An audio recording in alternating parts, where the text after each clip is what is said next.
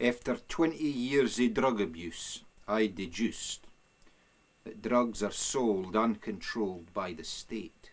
They're handed to you on a plate, and once you start, you escalate, till you can't saturate your need for more. Like a bairn greeting for its mum, you greet for drugs, you're junkie scum, coerced and manipulated, veins collapsing, perforated, chemically castrated and hated.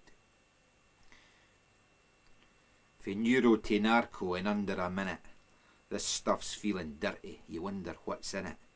Then you notice the ends of your fingers are blue, and it moves upward slowly like ink seeping through. Half an hour later it's right up your arms. You look in the mirror as dark blue blood squirms o'er your face.